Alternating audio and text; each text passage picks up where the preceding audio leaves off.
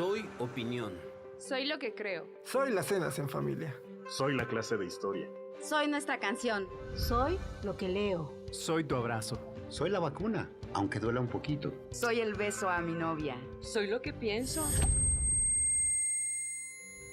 Soy el baile de los jueves. Soy mi gente. Soy mi chamba. Soy los viajes por carretera. Soy derechos y libertades. Soy la Constitución. La Corte contigo.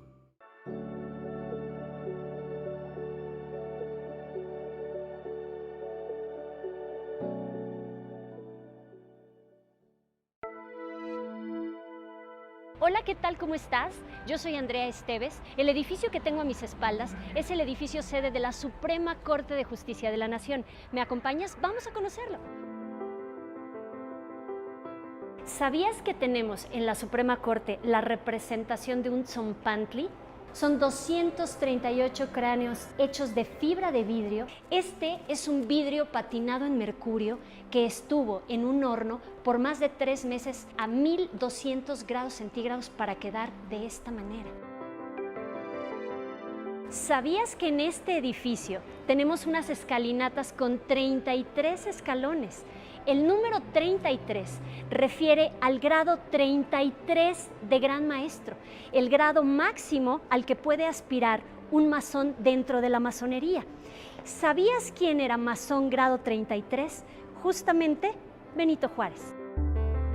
¿Sabías que esta es una toga magisterial? Pesa muchísimo más que una toga tradicional. Tenemos una manga más angosta y tenemos una manga más ancha. Cuando el ministro levanta los brazos, está equilibrando la interpretación estrecha y la interpretación amplia de la norma y de la ley.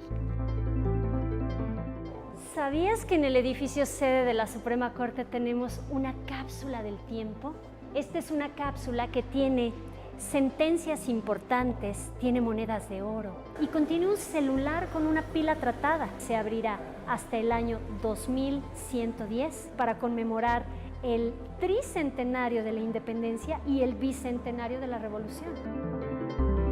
¿Sabías que en esta esquina de la Corte el tiempo y el espacio se funden en un solo lugar? Ahí arriba tenemos el cómo se está llevando a cabo un juicio de manera actual y quiero que bajes la mirada un poquito. A través de la segunda carta de relación que Hernán Cortés le envía al rey de España, Carlos V, le menciona lo que ocurría en este lugar.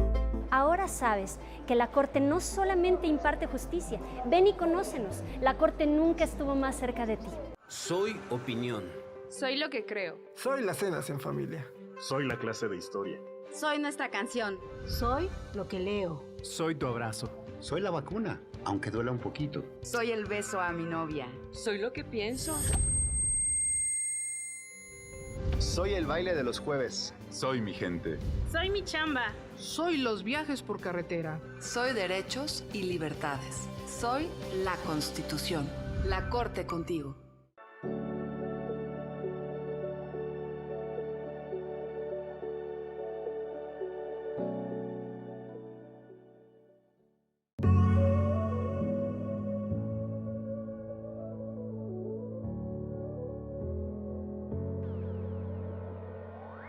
Hola, hoy vamos a conocer uno de los recintos del sistema bibliotecario de la Suprema Corte de Justicia de la Nación.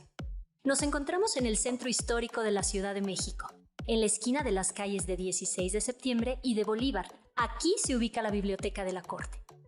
Cuando visites este lugar, aprovecha para descubrir sus detalles arquitectónicos, ya que este edificio está registrado como monumento histórico ante el Instituto Nacional de Antropología e Historia.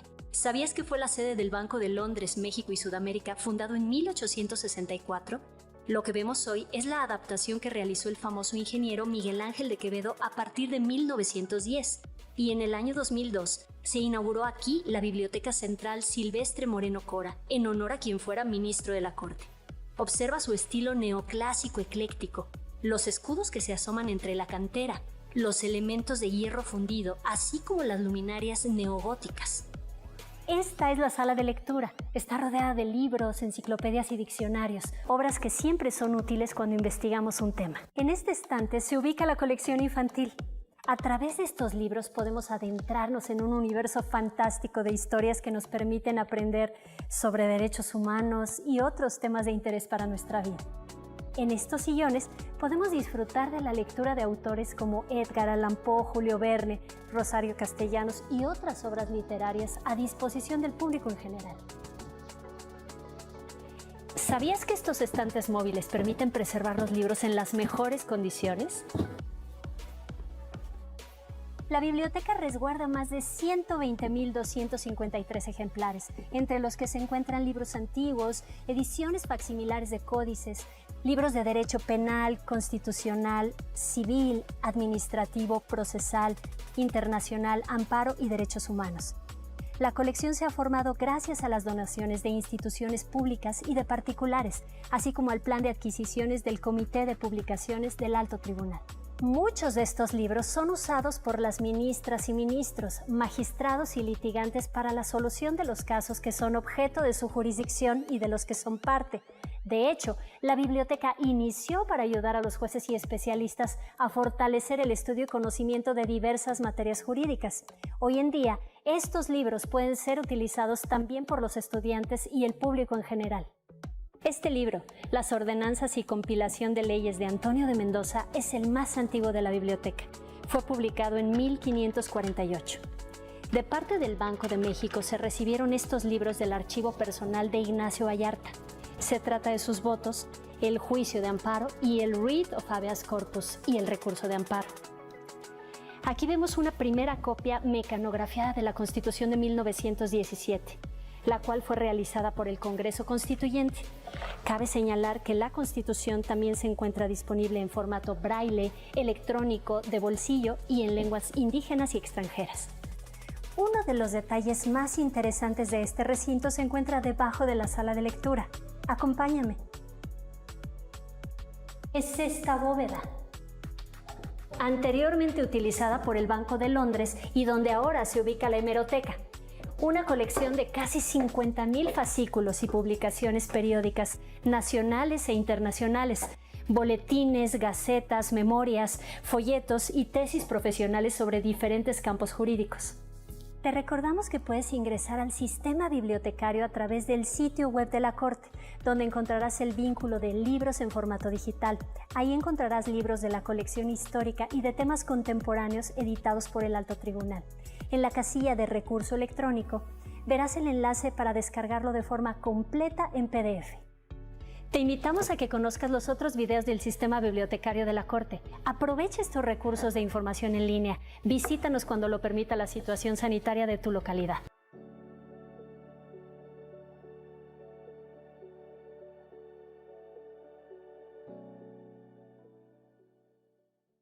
Soy opinión. Soy lo que creo. Soy las cenas en familia. Soy la clase de historia. Soy nuestra canción. Soy lo que leo. Soy tu abrazo. Soy la vacuna, aunque duela un poquito. Soy el beso a mi novia. Soy lo que pienso. Soy el baile de los jueves. Soy mi gente. Soy mi chamba. Soy los viajes por carretera. Soy derechos y libertades. Soy la Constitución. La Corte contigo.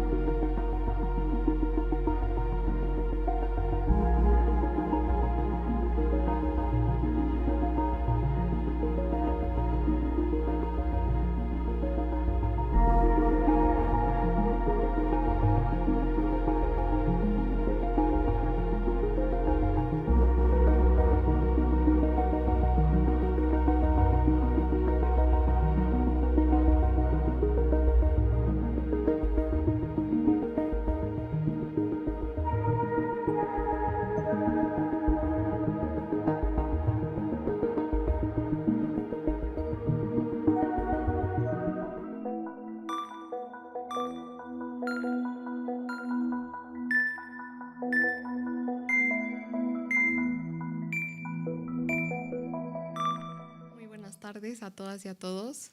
Primero que nada, les agradecemos enormemente estar aquí acompañándonos en un día que sabemos que ha sido difícil, que la ciudad está caótica. Entonces, muchas gracias a las personas que están aquí y también muchísimas gracias a todas las personas que nos acompañan a través de las plataformas digitales de la Suprema Corte y redes sociales. Sabemos otra vez que ha sido difícil, entonces muchas personas nos estarán acompañando a distancia y se los agradecemos mucho. Bienvenidas y bienvenidos a este seminario permanente sobre acceso a la justicia. Estamos muy contentas y contentos de tener esta segunda sesión del seminario que lleva por título Alcances y límites del juicio de amparo como mecanismo de acceso a la justicia. Estamos de manteles largos en esta institución porque nos acompaña la magistrada Adriana Campuzano y muchísimas gracias, magistrada, por estar aquí con nosotras y con nosotros para compartirnos un poquito de toda su experiencia. Para esta sesión lo que vamos a hacer es, me voy a permitir dar algunas palabras, presentar a la magistrada con una breve semblanza de ella y le cederé la palabra para que nos platique y posteriormente nada más retomamos algunos comentarios y terminaremos. Así que, bueno, sin más, voy a hacer esto. La línea de acceso a la justicia es una línea de investigación que se acaba de abrir en el Centro de Estudios Constitucionales este año. El acceso a la justicia, pues como todas y todos seguramente sabrán, es un derecho fundamental que se relaciona con todos los demás derechos de las personas, ¿no? De lo que se trata es que cuando exista un conflicto, las personas tengan la posibilidad de acudir a mecanismos, ya sea en la vía judicial o de otras formas, también vías alternas, para que lo puedan resolver pues de forma satisfactoria, ¿no? Ahora, el derecho a acceso a la justicia no implica únicamente que más casos lleguen a los tribunales o que las leyes establezcan vías procesales para resolver esto, porque muchas veces estos mecanismos no son suficientes para garantizar que en la realidad pues las personas puedan acceder de una manera adecuada y completa para resolver los conflictos que se presentan en el día a día, ¿no? Entonces, pues la Constitución también plantea muchos derechos y la pregunta que nos hacemos desde acá es cómo podemos aterrizar esos derechos, ¿no? Y cómo podemos encontrar las vías que realmente ayuden a lograr ese objetivo. Entonces, para esto nos parece indispensable también fijarnos no solamente en el derecho de acceso a la justicia, sino también en todas las barreras que hay para su ejercicio en términos de toda la población. Y pues desgraciadamente en nuestro país el acceso a la justicia está muy lejos de ser una realidad para una gran cantidad de personas. Por eso nos parece muy importante que desde la Suprema Corte, desde el Centro de Estudios Constitucionales, pues podamos estudiar y debatir sobre estas cuestiones para encontrar estrategias que realmente nos ayuden a materializar este derecho y a mejorar estas vías. También nos parece que lo anterior cobra mucha más relevancia en el día de hoy, en el contexto que tenemos tan complicado que vivimos en nuestro país, porque debido a esto también las exigencias de la sociedad son aún mayores, ¿no? Ahora sabemos que se han hecho grandes esfuerzos en las últimas décadas, ¿no? No solamente desde la parte legislativa, sino también de implementación para que haya medios de acceso a la justicia que sean realmente eficaces. Un ejemplo de esto son las reformas constitucionales y legales que se hicieron en el 2011, en el 2013 en materia de derechos humanos, de juicio de amparo. Y pues por eso reconocemos la importancia de posicionar este derecho para platicar también a partir de esas reformas y de todo lo que se haya venido hablando, cómo podemos hacerlo realidad. Tenemos aquí a la magistrada Campuzano, que es una persona muy experta en el tema de amparo, que nos viene a hablar justamente sobre los alcances y límites que tiene este juicio como un mecanismo para acceder a la justicia y para defender derechos. Entonces, por eso nos sentimos súper contentas y contentos de que esté usted con nosotros. Ahora sí, nada más les leo una muy breve semblanza de la magistrada y pasamos con ella. La magistrada Adriana Leticia Camposanos Gallego es licenciada en Derecho por la Universidad Nacional Autónoma de México, maestra en Administración Pública por el Instituto Nacional de Administración Pública, maestra en Derecho Judicial por la Universidad Panamericana. Cuenta con estudios de posgrado en Negocios Jurídicos Internacionales, Derecho Económico, Corporativo y Derechos Humanos, así como con la maestría en Derecho Judicial. En 1985 ingresó al Poder Judicial de la Federación y ha desempeñado diversos cargos, entre ellos secretaria de Estudio y Cuenta de la Suprema Corte, jueza de distrito, secretaria ejecutiva de disciplina del Consejo de la Judicatura Federal y magistrada de circuito por examen desde el año 2000. Es socia fundadora de la Asociación Mexicana de Juzgadoras, AC, y presidenta en el periodo de 2012 a 2015. Ha impartido cátedra en diversas instituciones educativas, públicas y privadas desde hace más de 30 años y además es autora de diversas publicaciones, entre las que seguramente muchas y muchos de por acá conocerán su libro del Manual de Juicio de Amparo. Así que, magistrada, adelante, muchas gracias por acompañarnos. Muchas gracias. Buenas tardes a todas y a todos. A los que están aquí presentes, doblemente agradecida por las razones que ya explicó Sofi Noriega, y a todos los que nos acompañan en redes, en plataformas, muchísimas gracias. Me invitó el Centro de Estudios Constitucionales para continuar con este seminario sobre acceso a la justicia en su segunda sesión. La primera estuvo súper interesante, a cargo del señor ministro Pardo Rebolledo. Agradezco al centro, por supuesto, a su directora, a la maestra Alejandra Martínez, que espero que se encuentre bien de salud, y por supuesto a Sofi, que nos acompaña el día de hoy. Y bueno, vamos a conversar un rato sobre juicio de amparo y concluyendo esta exposición que trata de hablar de algunos aspectos sobre los avances y las limitaciones que tiene el juicio de amparo. Abriremos un espacio, aunque sea breve, para comentar, para platicar con todos ustedes. Comenzaría por posicionar al juicio de amparo dentro del derecho de acceso a la justicia. Como ustedes saben, este derecho ha sido comprendido por la Suprema Corte como un derecho que puede desarrollarse en tres fases. La primera, que es el acceso a la jurisdicción, es decir, la entrada a la posibilidad de que una persona acuda a los tribunales a pedir justicia. Una segunda fase, que es el debido proceso, es decir, la observancia de aquellas formalidades que le permiten a la persona en el juicio hacer valer sus derechos de manera correcta. Y un tercer momento, que no es menos importante, que es la ejecución de la sentencia o de la resolución que se dicte en ese juicio. Entonces, el juicio de amparo ha desempeñado a lo largo de su historia diferentes funciones en estos tres momentos, en estas tres fases. Comenzaría por platicar lo que tiene que ver con el acceso. Seguramente ustedes han oído en todos los foros que el acceso al juicio de amparo estuvo muchos años limitados por el concepto de interés jurídico. Sin embargo, con la reforma que introdujo el interés legítimo, las cosas cambiaron y ciertamente hoy, seguramente, esta reforma ha propiciado que se promuevan juicios, muchísimos juicios que en otras condiciones no habrían podido promoverse. Digamos que la diferencia entre interés jurídico e interés legítimo radica en que en el primer caso solo los titulares de un derecho pueden acudir al juicio de amparo. En cambio, en el segundo caso, no solamente los directamente afectados, los titulares del derecho, sino aquellas personas que por su posición o por su relación con lo que se reclama pueden acudir al juicio, porque van a obtener un beneficio, aunque sea de manera indirecta. De manera que con esto se ha abierto la puerta a que a través del juicio de amparo se judicialicen temas que de otra manera no encuentran respuesta en los sistemas de justicia que vivimos en este país.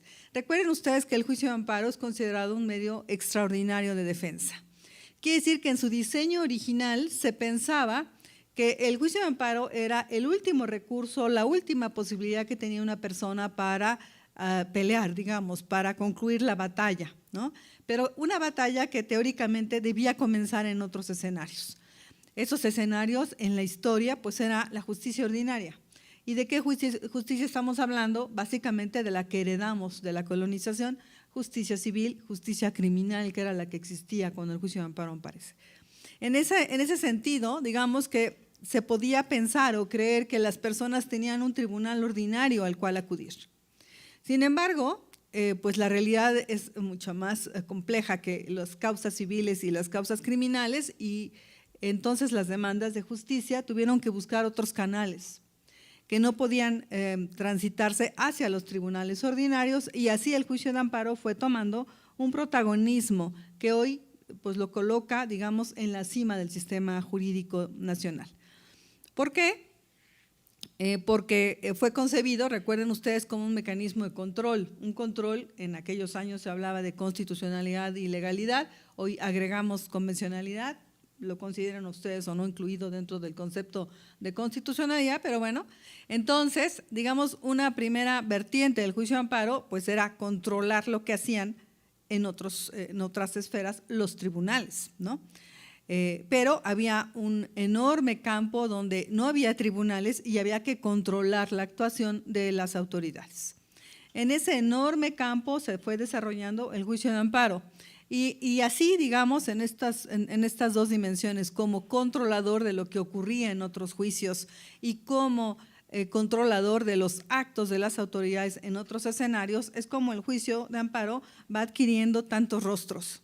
Hoy podemos decir que es una institución que tiene numerosos rostros, depende del tipo de conflicto del que estamos hablando.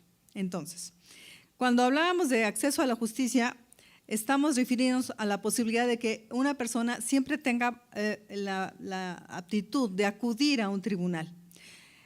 En teoría tendría que ser un tribunal ordinario, y ahí tenemos hoy ya las jurisdicciones ordinarias que conocemos todos, civiles, penales, familiares, comerciales, mercantiles, de trabajo, administrativas. Y a pesar de eso, sigue habiendo espacios en donde no hay justicia ordinaria y la única respuesta se puede obtener a través del juicio de amparo. De manera que en una primera conclusión muy preliminar podemos decir que una de las funciones del juicio de amparo es servir como el único mecanismo de defensa que tienen las personas en aquellos espacios donde no hay justicia ordinaria. Más aún, en los últimos años ha habido una tendencia en los legisladores de evitar que haya justicia ordinaria en ciertas materias. La reforma en materia de telecomunicaciones, que fue competencia económica, radiodifusión y telecomunicaciones, justamente lo que buscó es que no hubiera tribunales ordinarios. Entonces, las personas que tenían un conflicto con la autoridad en estas materias, que antes podían ir al Tribunal Contencioso Administrativo, ya no pueden ir por virtud de la reforma constitucional y ahora tienen que ir solo al juicio de amparo. Cuando se hizo la reforma energética pasó lo mismo, hubo una tentación del legislador ordinario y eliminó los medios ordinarios, no todos, con la idea de que se fueran principalmente al juicio de amparo. Entonces, observen ustedes cuál es la posición de un gobernado cuando puede acceder a la justicia ordinaria y buscar el amparo como último recurso, como última defensa, de la posición de una persona que no puede ir a ninguna justicia ordinaria y tiene que acudir al amparo porque es la única que tiene. El juicio de amparo, entonces, ¿cómo funciona? Pues funciona de manera diferente. En el primer caso revisa, ¿no? y nos estamos refiriendo al amparo típicamente judicial que se desarrolla principalmente como amparo directo, no solamente porque también hay amparo indirecto judicial, pero principalmente en amparo directo, y el amparo que no es amparo judicial porque no está controlando los actos de otros tribunales, sino el que por sí solo se vuelve la única opción de defensa. Entonces, ahí su función no es controlar lo que hizo un tribunal, ahí su función es servir de cauce para que toda la controversia se desarrolle en términos del juicio de amparo.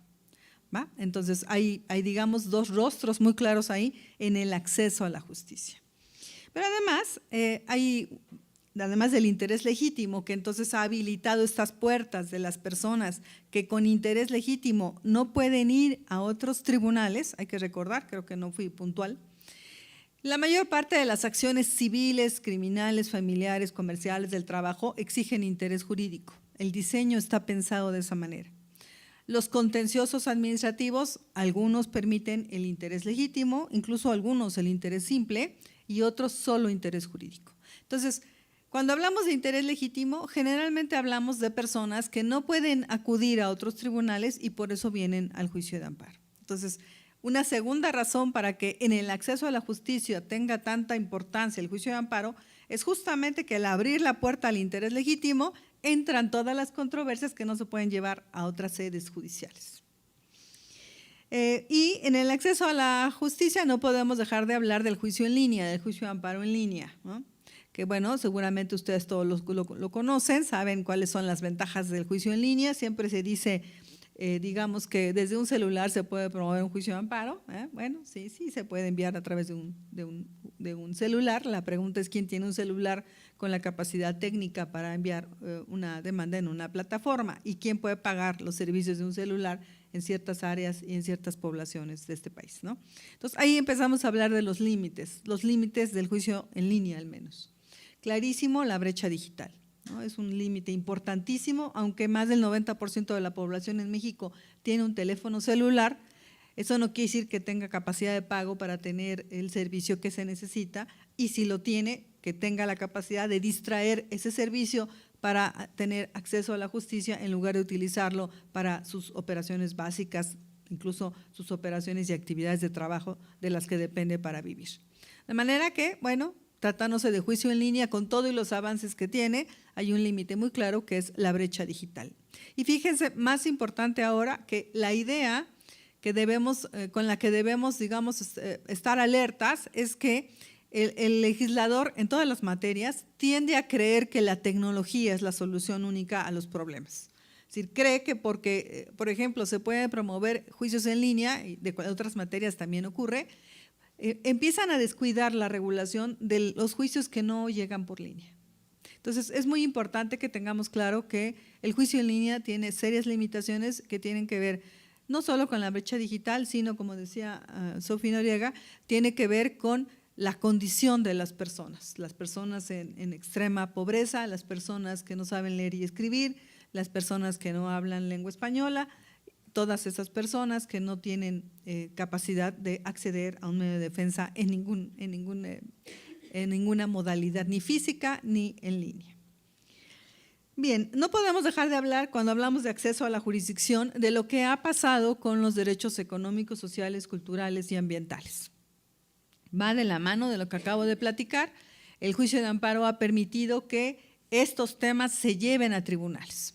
¿Qué pasaba antes? Bueno, a ustedes no les tocó, pero a mi generación sí nos tocó, pues que nos hablaban de las normas programáticas, es decir, que eran declaraciones, ¿no?, de buenos deseos que no podían llevarse a la realidad.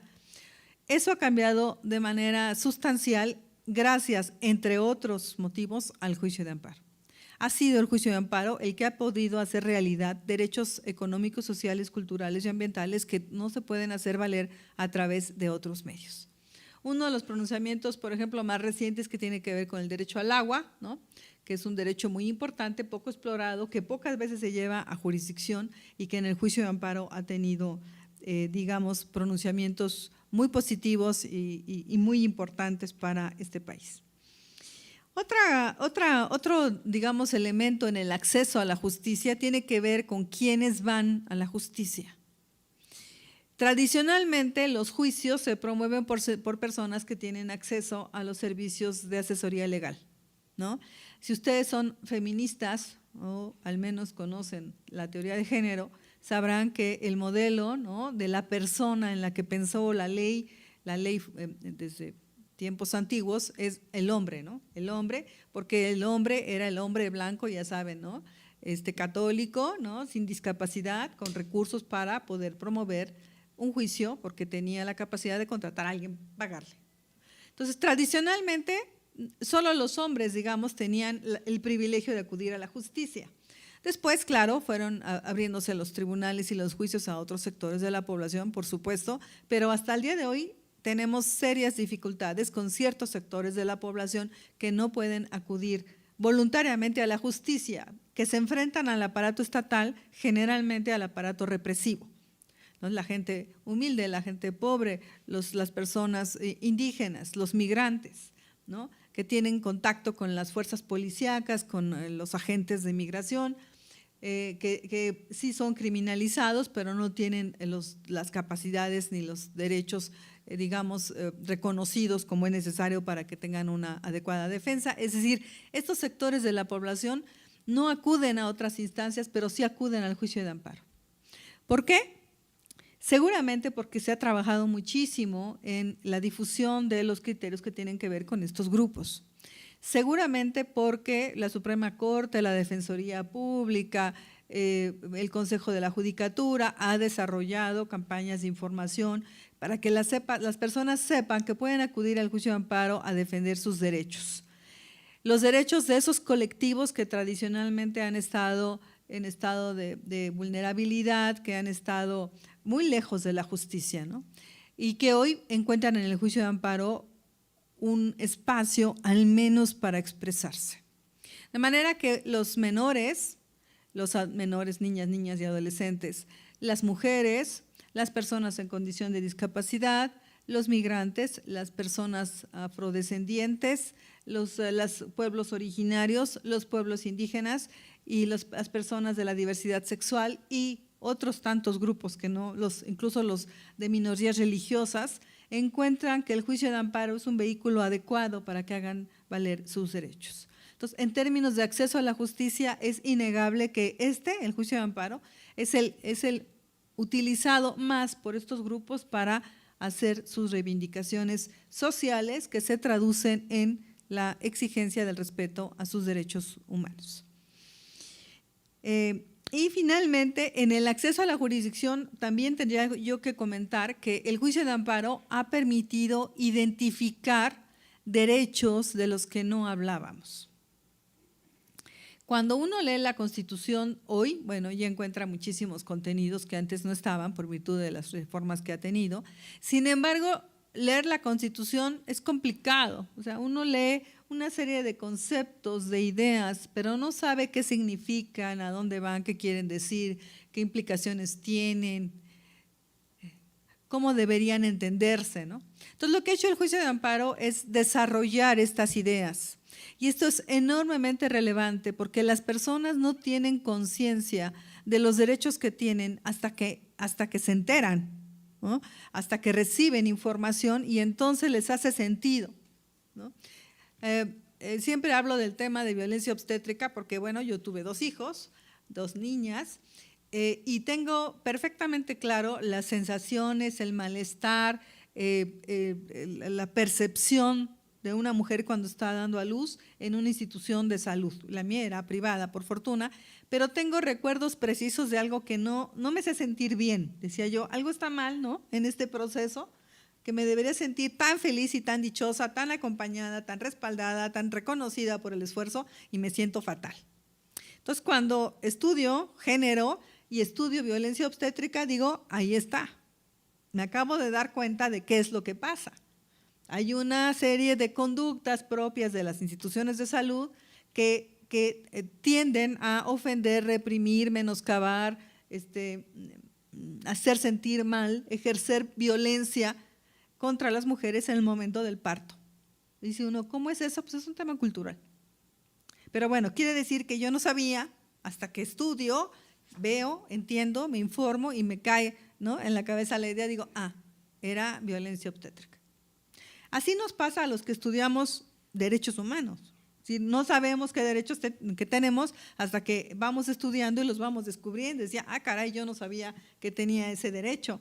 Recuerdo que cuando la Suprema Corte vio un asunto donde se discutía una prueba que eran mensajes en un celular, ¿no?, en aquellos, hace años de ese asunto, pues era una discusión de si se podía ofrecer como prueba de la infidelidad un mensaje que estaba en el celular.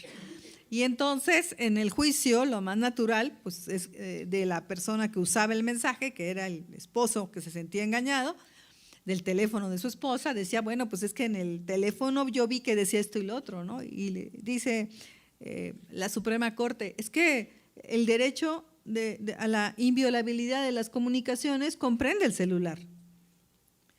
Y no por el argumento, esto es lo más interesante, no por el argumento de la parte que ofreció la prueba, de que tenía que cuidar a su esposa, ¿no?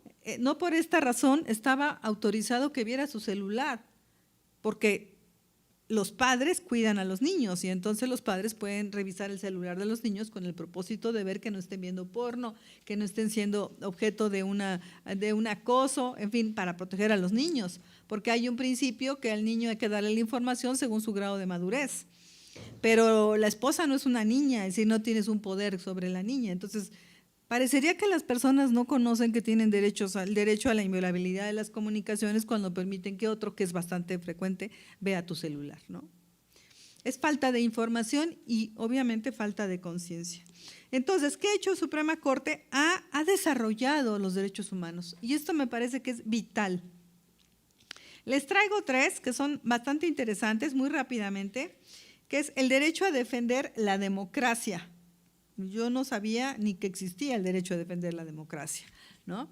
Entonces, un asunto donde la Suprema Corte estudia un caso en donde se hace una votación secreta en cédulas de manera secreta para ver un dictamen de reforma en un tema de diversidad sexual. La Suprema Corte estudia el caso porque dicen que no tienen interés. Es un grupo de personas que van al amparo y se quejan de que se hizo votación secreta y no se pudo saber los motivos ni quiénes habían votado el dictamen de esta manera.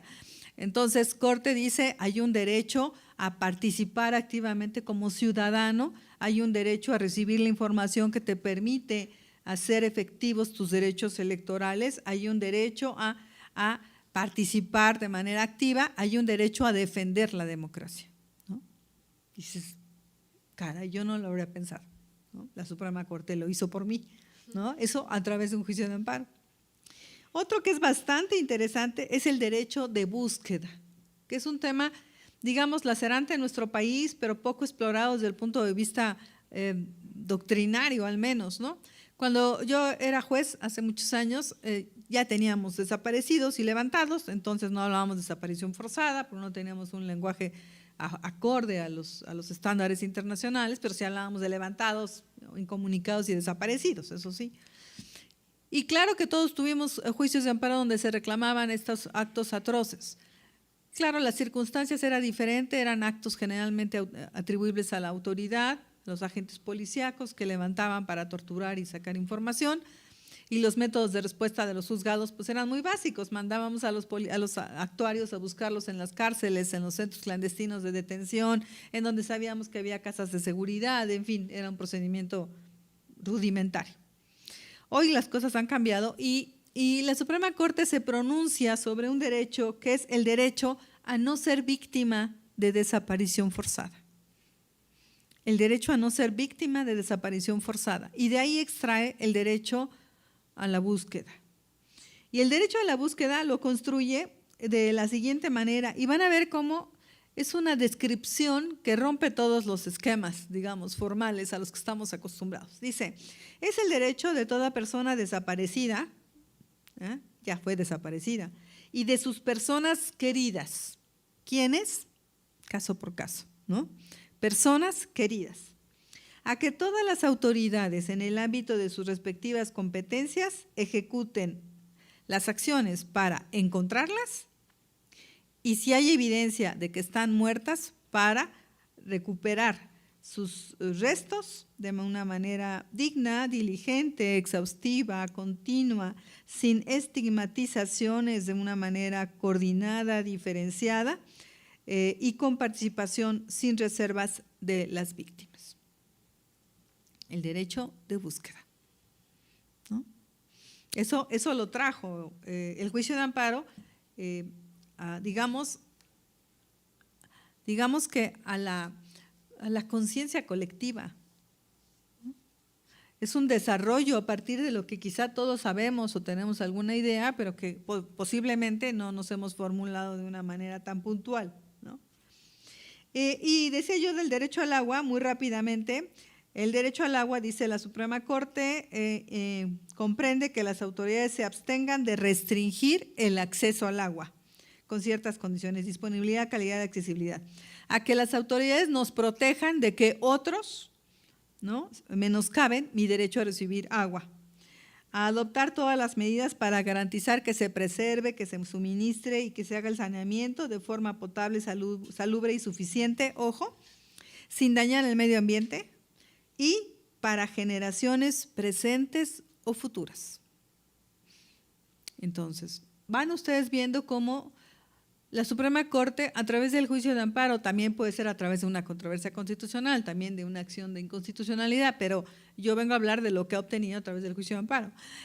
La Suprema Corte, a través de un juicio de amparo, ha podido sentar las bases de lo que es el derecho fundamental al agua, que es un derecho vital, pero que es poco explorado normalmente por los tribunales. Bien, hasta aquí acceso a la jurisdicción. Vamos a la segunda fase, que es el debido proceso. Cuando hablamos de debido proceso, el juicio de amparo tiene varias funciones. Digamos, la primera es efectivamente controlar que se respete el debido proceso, donde pues en los juicios ordinarios, ¿no? ¿A través de qué criterios? Pues criterios de constitucionalidad, de convencionalidad y de legalidad. Lo relevante es que hasta hace algunas décadas se creía que el proceso se regía por las leyes procesales como quería el legislador, ¿no? Y el 17 constitucional de acceso a la justicia se entendía en los términos que fijen las leyes, en los términos y plazos que fijen las leyes. Entonces, digamos que las leyes podían fijar los plazos y los términos que quisieran. La evolución del derecho de acceso a la justicia sentó un principio que es muy importante hoy, que es entender que sí puede establecer todos los requisitos, pero siempre y cuando estos respondan a criterios racionales y proporcionales. Y estos dos elementos que suenan bastante inocentes, ¿no? Racionales y proporcionales. Son dos parámetros que debemos aplicar en todos los casos que revisamos cuáles son los requisitos, las condiciones, los plazos, las formas que establecen las leyes procesales en todas las materias en el país para determinar si eso es debido proceso o no lo es. Como ven ustedes, estos dos criterios son muy irrelevantes y en este primer sentido, entonces, lo que hace el juicio de amparo es controlar la regularidad de esos procedimientos. Un ejemplo de cómo esta idea de que debe hacerse el debido proceso funciona es la materia penal. Seguramente ustedes saben que la Suprema Corte ha desarrollado la idea del derecho a la defensa efectiva en materia penal.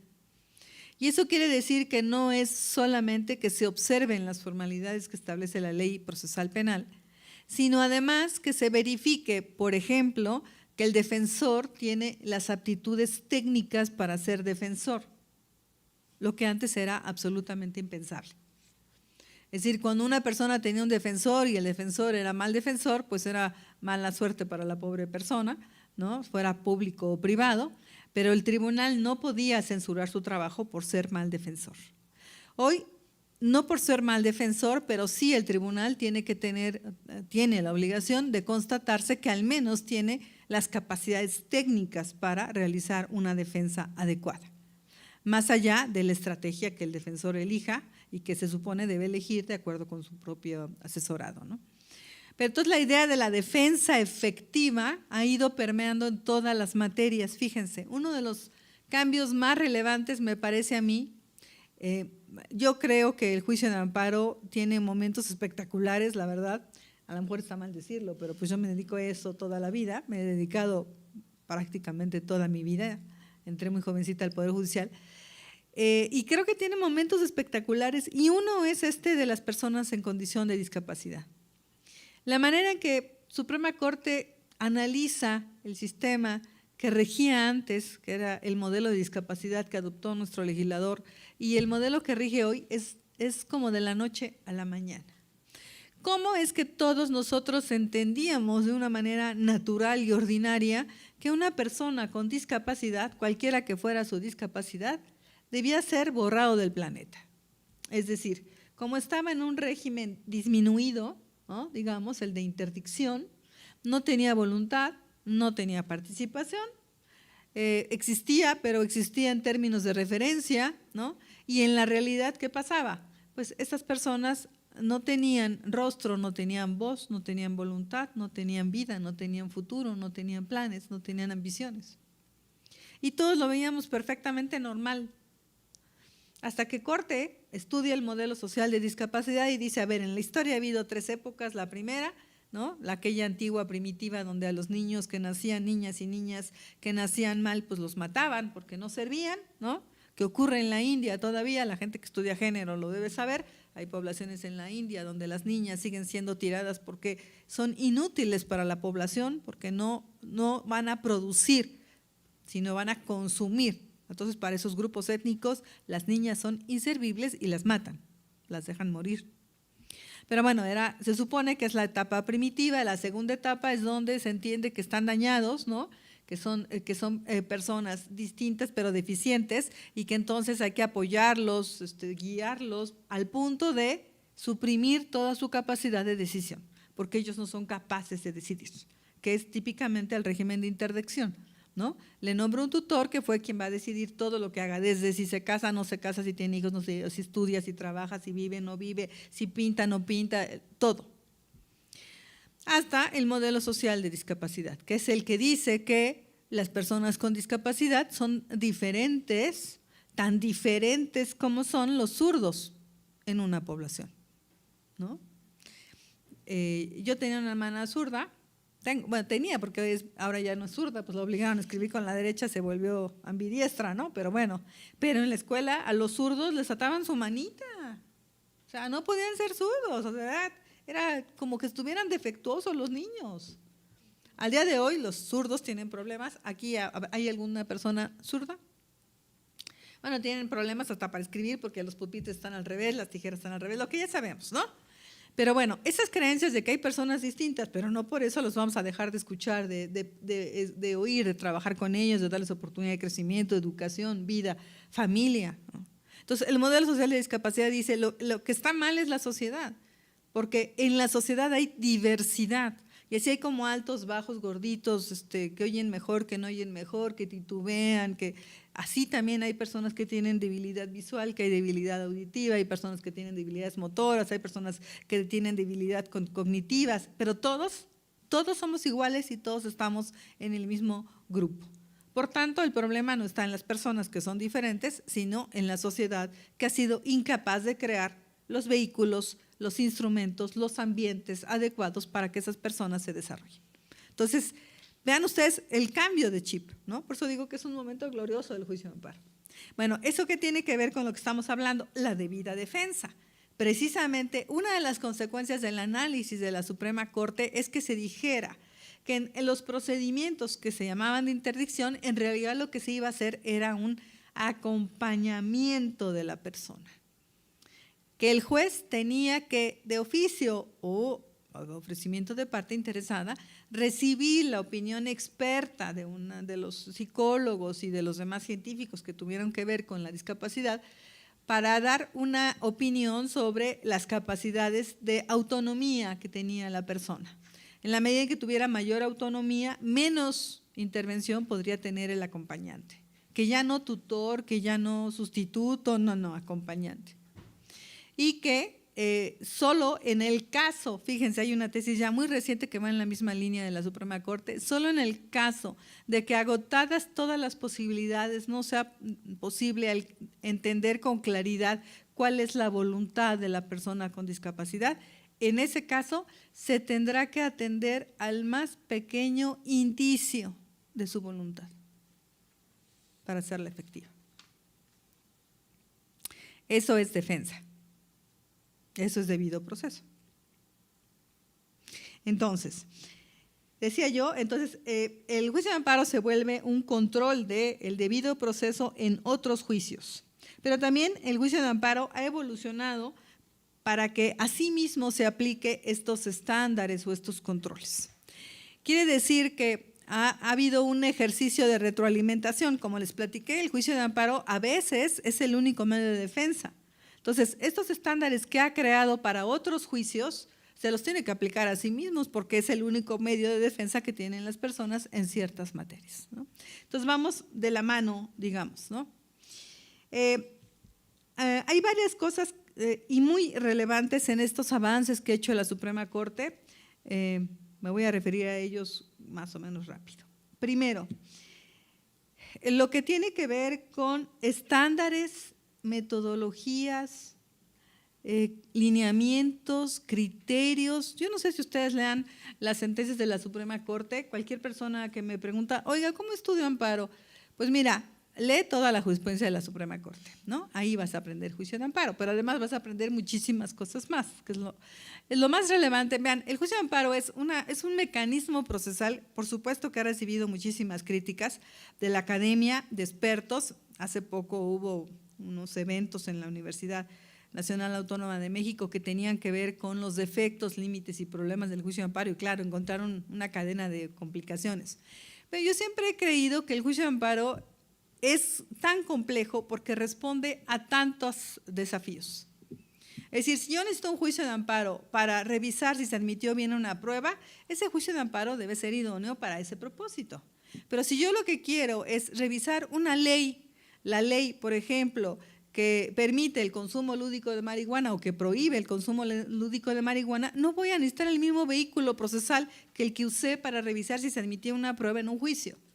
Necesito un vehículo que me permita analizar si una ley de ese tamaño, con esas implicaciones sociales, es o no constitucional, ¿no? Si yo necesito un amparo, un juicio de amparo para impedir que una persona se mantenga en un centro migratorio por más de 48 horas, yo necesito un instrumento de esa naturaleza. Pero si yo que necesito es un juicio de amparo donde se va a analizar la fusión de dos corporaciones mundiales en materia de telecomunicaciones, ese juicio de amparo no me sirve. Necesito el que responda a este desafío. Entonces va quedando claro cómo el juicio de amparo por eso es como si fuera una navaja suiza. Es decir, tiene tantos mecanismos, tantas herramientas, tantas utilidades, hablarían hoy. Si fueran apps, tendría tantas apps, ¿no?, para poder responder a estas demandas de justicia. Entonces sí, es un mecanismo enormemente complicado, pero lo más relevante del juicio de amparo no es el tema procesal. El tema procesal se aprende. Lo más relevante del juicio de amparo son los contenidos, es decir, los derechos que están en juego y que se hacen efectivos a través del juicio de amparo. Y en este tema, precisamente, la Suprema Corte ha trabajado muchísimo desarrollando lo que ella llama metodologías, estándares, perspectivas. Y seguramente ustedes han oído hablar muchas de ellas, ¿no? La perspectiva de género, que es más famosa, la de interculturalidad, ¿no?, o la perspectiva de los menores, de los niños, ¿no?, y una serie de conceptos como interés superior del niño y los principios de precaución y prevención medioambiental, y en fin, podemos hacer un listado enorme. Pero es muy, muy importante que tengamos en cuenta que hay muchos criterios de corte que nos van señalando el camino para llegar a un resultado exitoso en materia de derechos. Por ejemplo, si la Suprema Corte nos dice, a ver, si lo que quieres demostrar bullying, si lo que tú quieres es demandar a una institución, porque en esa educación, en esa institución educativa, tu hijo o tu hija tuvo o sufrió bullying, entonces tienes que seguir esta metodología, ¿no? Tienes que probar que hubo bullying. ¿Y qué es bullying? Entonces la Corte te explica qué es bullying, cuáles son las conductas, cómo afectan al niño. No. Tienes que demostrar, por ejemplo, que la institución educativa no tomó las medidas para evitar que se produjera el bullying y las repercusiones del bullying. Tienes que probar que hubo un daño en el menor psicológico, social, educativo, de personalidad. Tienes que establecer un nexo causal entre el bullying y ese daño para lograr una condena. Es un instructivo, digamos, ¿no? Entonces, muchos criterios de corte tienen lineamientos, tienen instructivos, que es lo que corte llama metodologías. Por ejemplo, cuando habla del test de proporcionalidad, cuando habla de los escrutinios, todos esos son metodologías que corte ha ido creando para que las personas puedan lograr la defensa efectiva de sus derechos. Entonces, en temas de debido proceso, indudablemente, estos criterios que llama lineamientos, que llama indicadores, que llama principios, son muy relevantes para garantizar el debido proceso. La última fase del acceso a la justicia es la ejecución de sentencias. Ahí tenemos serias limitaciones. La primera es que la ejecución de sentencias es distinta según el tipo de sentencias de que se trata. Los tribunales familiares, mercantiles, civiles, penales, en general, no tienen problemas de ejecución. Los tribunales donde la autoridad es la obligada es donde tienen más dificultades, ¿no? Y ahí hablamos de víctimas, ¿no? Por ejemplo, hablamos de contencioso administrativo, hablamos de agrarios, hablamos de juicios de laborales, donde se necesita que a veces el Estado sea el que cumpla, y ahí tenemos serios problemas. Digamos que uno de los retos importantes del juicio de amparo es la ejecución de sentencias, del propio juicio de amparo, y la ejecución de sentencias de los tribunales ordinarios a los que vigila. De manera que ahí tenemos una limitación. Tengo que ir cerrando por razones de tiempo, pero no me puedo ir antes sin comentar con ustedes un par de cuestiones. La primera, sobre los retos del juicio de amparo. Tienen los retos de todos los juicios en cuanto a barreras de acceso a la justicia, que fue con lo que empezó Sofía Noriega hablando el día de hoy, que claramente, ya platicamos, sigue siendo una barrera de acceso a la justicia, el dinero, el costo, la confianza en los tribunales, por ejemplo, ¿no? La cultura de legalidad, la cultura de constitucionalidad, ¿no? La idea de que todo es corrupción, digamos que eso impide que la gente vaya a los tribunales. Entonces, indudablemente, esa es una barrera de acceso, una barrera cultural. También están las prácticas institucionales. En todo nuestro país, no todos los tribunales trabajan igual, no hay, digamos, estándares homogéneos de trabajo, hay deficiencias, hay prácticas locales que inciden en la manera en que los tribunales trabajan, hay un problema con los tiempos, estamos saturados, ahogados de trabajo, pero la discusión no es cómo hacemos para disminuir el número de asuntos que entran, no, al revés, la discusión es cómo los sacamos más rápido, cómo los hacemos mejor, ¿no? Esa es la idea. Si los abogados trabajan mejor, es más fácil sacar los asuntos, entre más deficiencias tienen los abogados, es más complicado. Dos, una aportación esencial. Hoy hablamos de justicia, de verdad, de reparación, de dignidad. Yo les puedo decir que hace 20 años no hablábamos de eso. En los tribunales no hablábamos de eso. No sé qué hacíamos, resolvíamos conflictos. Pero no hablábamos de verdad, de justicia, de reparación, de dignidad. Hoy hablamos de eso, de manera que me parece que es un gran, gran aporte. Otro desafío del juicio de amparo es la oralidad. Yo creo que debemos transitar hacia la oralidad en ciertas controversias donde se puede, no se pueden todas. La evidencia ha mostrado que ni en materia penal ni en materia mercantil la oralidad funciona bien en todos los asuntos, particularmente aquellos de gran complejidad, ¿no? Pero hay asuntos muy básicos en donde la oralidad podría funcionar muy bien, pero todavía no lo hemos visto en el juicio de amparo. Bien, y lo último es que hay que redimensionar el juicio de amparo, me parece a mí.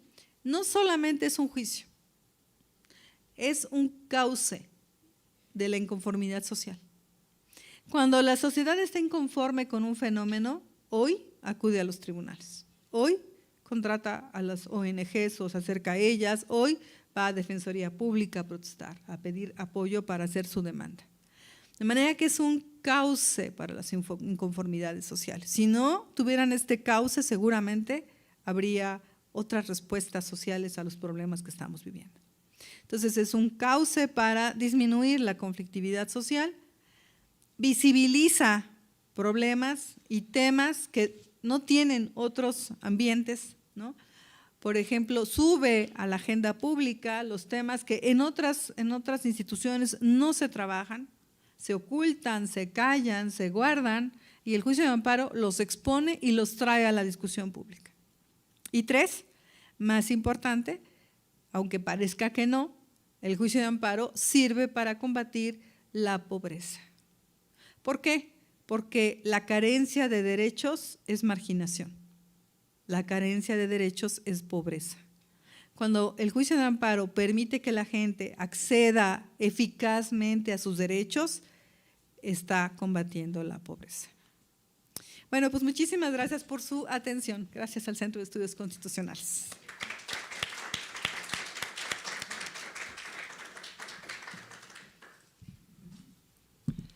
Muchísimas gracias, magistrada. La verdad es que decirlo más claro que usted está imposible. Me gustaría nada más retomar algunos puntos clave de lo que dijo y les pido una disculpa porque planteé un desarrollo para esta dinámica sin incluir una sesión de preguntas y respuestas, pero tiene toda la razón que todavía tenemos un ratito para poder contestar eso. Entonces, en un momento, si alguien de aquí tiene preguntas, estaremos atendiéndolas y también si alguna persona que nos esté viendo a distancia, las podemos leer en caso de que todavía tengamos tiempo disponible. Me parece que el camino que ha narrado sobre la importancia y la relevancia que tiene el amparo es muy, muy claro. Me gustaría decir nada más 4 puntos, lo que tiene que ver, uno, con el interés legítimo, que es muy importante justamente tener un mecanismo que permita que todas las personas que no pudieran acudir de otra forma o por otra vía puedan llegar a los tribunales a través del amparo y pues en este caso muy específico de los derechos económicos, sociales, culturales y ambientales y todo el desarrollo que ha habido gracias al amparo, como usted dice. Otra parte importantísima es lo que la Corte ha desarrollado, ¿no? Lo que nos contó estos 3 derechos en particular, pero cómo lo importante son los contenidos, estas guías que usted dice, ¿no? Las metodologías, los lineamientos a través de los cuales la Corte nos va diciendo cómo realmente pueden defenderse los derechos, me parece algo muy importante que rescatar. Otra cosa, me pareció muy lindo el entusiasmo de ver al amparo como algo extraordinario. Definitivamente creo que nos hace falta también reconocer cuando los avances se dan y cómo funcionan y seguir luchando por esos caminos que abran las puertas a que realmente las personas puedan acceder a la justicia. Entonces, qué maravilla saber que alguien que se haya dedicado toda su vida a eso, lo vea con esos ojos. Y por último, pues de estos retos que dice, creo que nos quedamos con la idea de redimensionarlo, ¿no? O sea, de darnos cuenta que el amparo tiene el alcance de lograr que se cumpla con el objetivo que busca la gente, como usted dice, resolver los descontentos sociales, ¿no? Entonces, muchas gracias por este recorrido y ahora sí, si quieren, empezamos por el auditorio que tenemos acá. No sé si alguien tenga alguna pregunta que podamos prestarle el micrófono.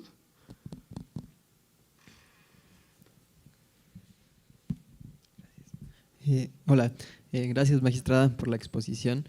Igual me gustaría destacar esta parte que ya comentó de la importancia que tienen las sentencias de la Corte con esta función declarativa, con esta función de establecer derechos y sus alcances, pero también comunicarlos a la sociedad y darle a conocer las nuevas posibilidades que tiene para operarlos, ¿no?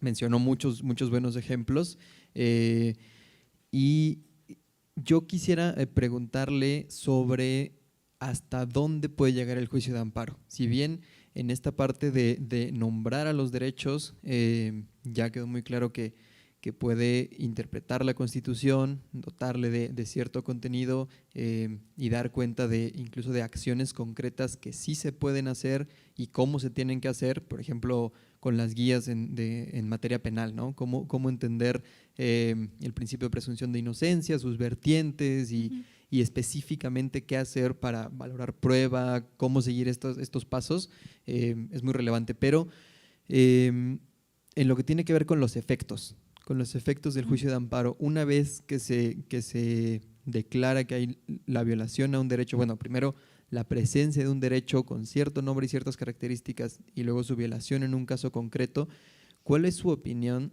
sobre la posibilidad de llevar los efectos más allá del entendimiento que históricamente se ha tenido y que incluso muchas veces parecería muy limitado por la propia ley de amparo o por la propia configuración que tiene el juicio desde la Constitución, que es, como también ya mencionó, diferente a otros mecanismos procesales y a otros mecanismos de control constitucional como las acciones de inconstitucionalidad o mecanismos sí relacionados con el juicio de amparo, pero que no derivan de una sola sentencia, como la Declaratoria General de Inconstitucionalidad. Y lo pienso específicamente, perdón por extenderme tanto, pero sobre un caso que se resolvió hace poco por la primera sala de la Corte, que tiene que ver con un código penal local, que se declaró la inconstitucionalidad de ciertos artículos que establecían la criminalización del aborto, y que la Corte estableció como efecto u ordenó como efecto la derogación de los artículos. ¿Cuál es su opinión sobre esas posibilidades o cómo se relacionarían con este otro tipo de mecanismos como la Declaratoria General, que tiene un camino distinto? Gracias. Gracias. Estamos en construcción, me parece a mí. Hay una tensión entre quienes opinan que las sentencias del juicio de amparo deberían buscar la reparación integral y tener un alcance así de poderoso como el que acaba usted de platicar, y quienes opinan que no, que el juicio de amparo es un mecanismo procesal que tiene límites, y los límites están en la ley y en la Constitución, que dice que tendrá como efecto beneficiar a la persona que promovió el juicio, y si por virtud de la acción colectiva, bueno, del amparo colectivo o del interés legítimo alcanza a otros, es una consecuencia, digamos, inherente, pero no que sea el objetivo central del juicio. Entonces, hay una tensión entre quienes opinan una cosa y quienes opinan la otra. Corte es la que va determinando el ritmo de esta tensión. Ella es la que nos va diciendo sí o no. Ella fue la que determinó que no podíamos buscar la reparación integral en términos de lo que entiende Comisión de Derechos Humanos y la Corte Interamericana. Ella fue la que dijo que nuestro amparo está limitado a dejar sin efecto los actos y permitir que las personas gocen el derecho que le ha sido violado, de manera que ha sido Suprema Corte quien fija los límites. Lo que yo le podría decir es que en nuestra experiencia hay muchos tribunales que van más allá y son revocados por sus superiores, precisamente porque tenemos muy claro el alcance formal de una sentencia de amparo.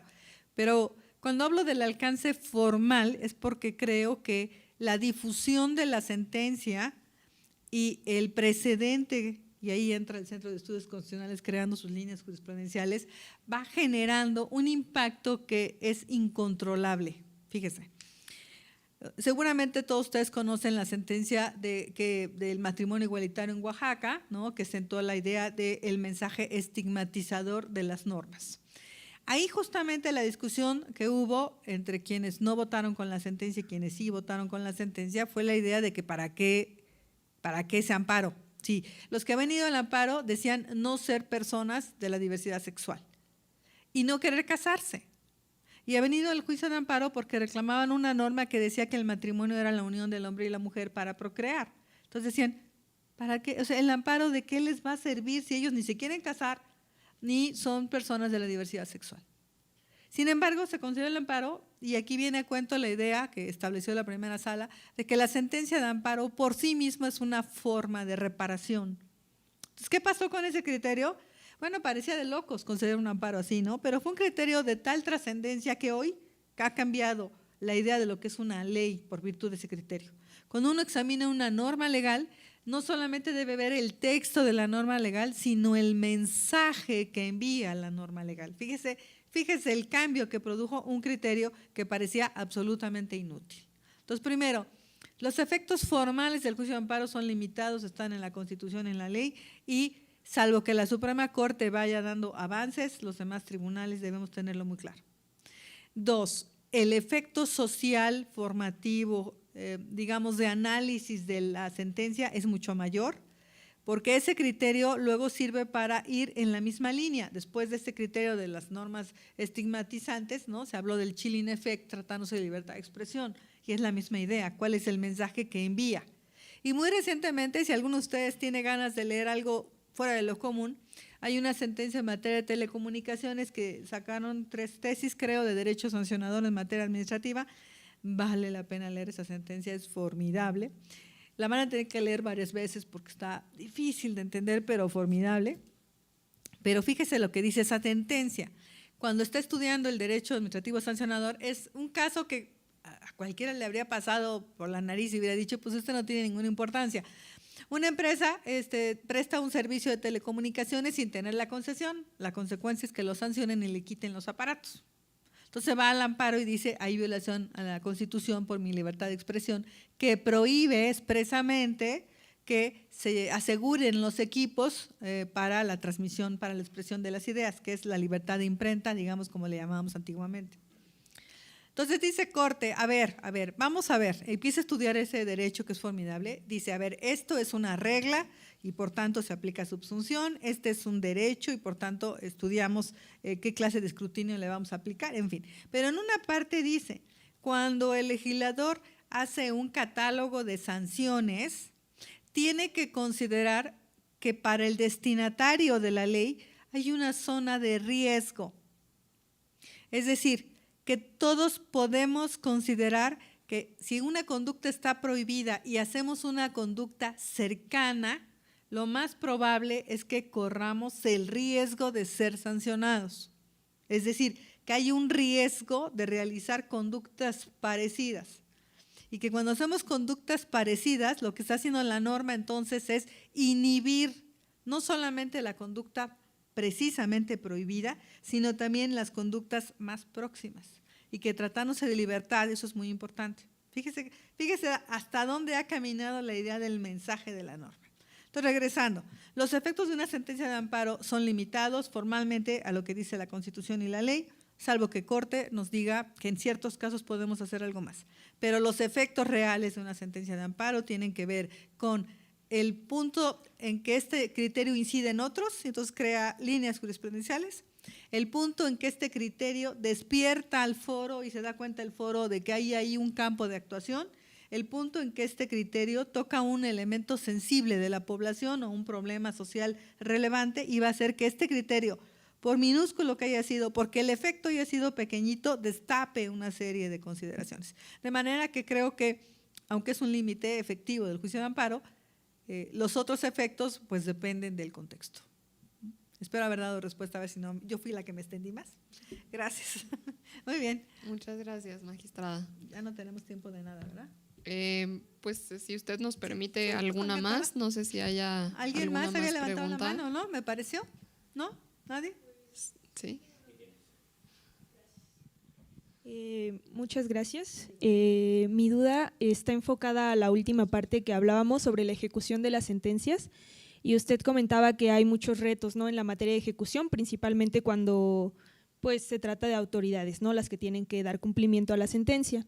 En este sentido, pues mi pregunta va dirigida a su opinión particular, bueno, a su experiencia. No sé si nos podría compartir un poco sobre las áreas de oportunidad que usted ve en esta parte de la ejecución de la sentencia y obviamente, no sé, mecanismos que deberían implementarse o qué es lo que usted considera que podría dar pues más pues sentido al amparo, ¿no?, mejores resultados en cuanto a la ejecución. Fíjese que lo que yo he observado es que las organizaciones públicas, cuando quieren reducir los índices de sentencias en contra, empiezan a capacitarse, ¿no? Entonces, lo que hacen es tomar cursos de capacitación precisamente en derechos humanos, en temas procesales, en jurisprudencia, para que sus cuerpos jurídicos digamos, asesoren y mejoren el funcionamiento de sus áreas sustantivas. Cuando eso ocurre, las posibilidades de cumplimiento aumentan porque ellos tienen blindados los procesos, es decir, saben cuáles son los puntos que pueden generar problema y lo que quieren es, al contrario, no tener problemas, o sea, no encontrar piedras en su camino.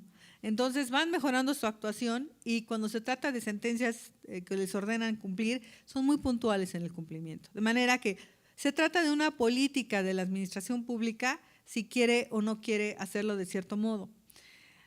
Lo que sí es que siempre ha habido disposición del Poder Judicial en la escuela, por ejemplo, en la escuela judicial, de que a sus centros de estudio, a sus centros de investigación, estén invitadas las corporaciones públicas y privadas para que se capaciten, se enteren, ¿no? Incluso ha habido convenios de colaboración para efectos de capacitación de las corporaciones para que aprendan. Por ejemplo, el Ejército tomó cursos de género y eso cambió sensiblemente las políticas hacia el interior del Ejército, ¿no? Entonces, a donde voy es que creo que no corresponde al Poder Judicial mejorar las condiciones. Creo que es una evolución de las instituciones públicas. Por ejemplo, el SAT tiene ejercicios académicos y de capacitación muy, muy frecuentes, de muy alto nivel, tienen seguimiento de todo lo que resuelve la Suprema Corte, precisamente para disminuir las posibilidades de que pierdan los asuntos, y si te dictan sentencia, digamos que conocen perfectamente los procedimientos y la manera de hacer las cosas. Entonces creo que es una cuestión de política administrativa lo que habría que trabajar, abogada. Es lo más que podría yo comentar. Gracias. Muy bien. Muchísimas gracias, magistrada. Pues si no tenemos más preguntas por acá, le agradecemos infinitamente que nos haya acompañado en nombre de la directora general del Centro de Estudios Constitucionales, de Alejandra Martínez Verástegui. Muchísimas gracias, magistrada, y muchas gracias otra vez a todas y a todos los que nos acompañaron en este momento. Gracias, hasta pronto.